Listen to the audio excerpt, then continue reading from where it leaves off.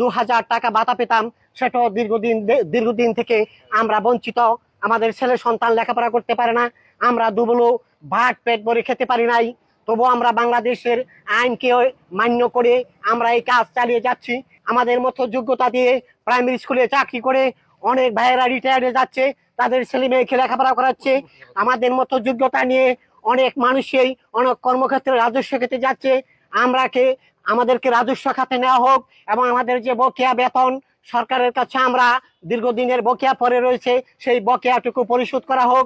বাংলাদেশের দুধ এবং মাংসের ক্ষেত্রে যে চাহিদা সেটা পূরণ করার একমাত্র হাতিয়ার আমরা এআই টেকনিশিয়ান। আমাদের এটা 2000 টাকাটা মজুরি ছিল, সেই মজুরিটাও এই মজুরিটাও 2 বছর যাবত আটকানো, আমাদের এই মজুরিটা দিচ্ছে না। 2000 টাকা ভাতা মাত্র।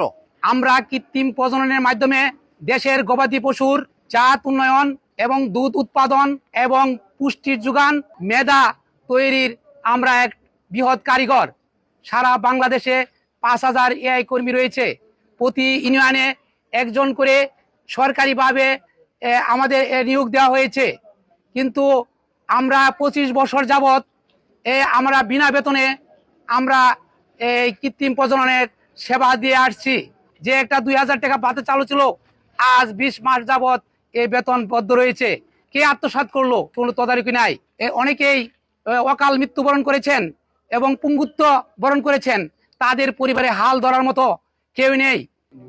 প্রতিটি উপজেলায় এবং ডিওলি অফিস এবং বিভাগীয় কর্মকর্তাগণ আমাদেরকে হয়রানি করছে যে আমরা কেন কর্মবিরতি পালন করছি।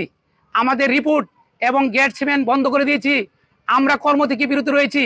যতক্ষণ পর্যন্ত আমাদের কোনো ব্যবস্থা না হবে, যতক্ষণ পর্যন্ত অধিদপ্তর কর্মকর্তারা আমাদের প্রতি সদয় না হবে, আমাদের কর্মে যোগদান করার জন্য কোনো সুযোগ সুবিধা গ্রহণ না করবে, ততদিন পর্যন্ত আমরা কাজে যোগদান করব না। পানি সম্পদ অধিদপ্তরের মতো এমন কোনো বৈষম্য কোনো জায়গায় নাই যে একটা মানুষ 2000 টাকা দিয়ে কিভাবে তার পরিবার পরিজন ভরণ পোষণ চালায়। সরকারের সাথে আমাদের চুক্তিবদ্ধ ছিল প্রতিটি ইউনিয়নে একজন করে এক কর্মী নিয়োগ দেওয়া ছিল। আমরা কাজ করছিলাম। অধিদপ্তরের কর্মকর্তারা তারা বেসরকারি কিছু 11টা কোম্পানিকে তাদেরকে অনুমোদন দিয়েছে। আমরা কোটি কোটি টাকা এই রুজি করে পরিশ্রম করে 24 ঘন্টা আমরা এই রাজস্ব প্রদান করে থাকি। হাজার হাজার কোটি টাকা বছরে আমরা দেওয়া থাকি।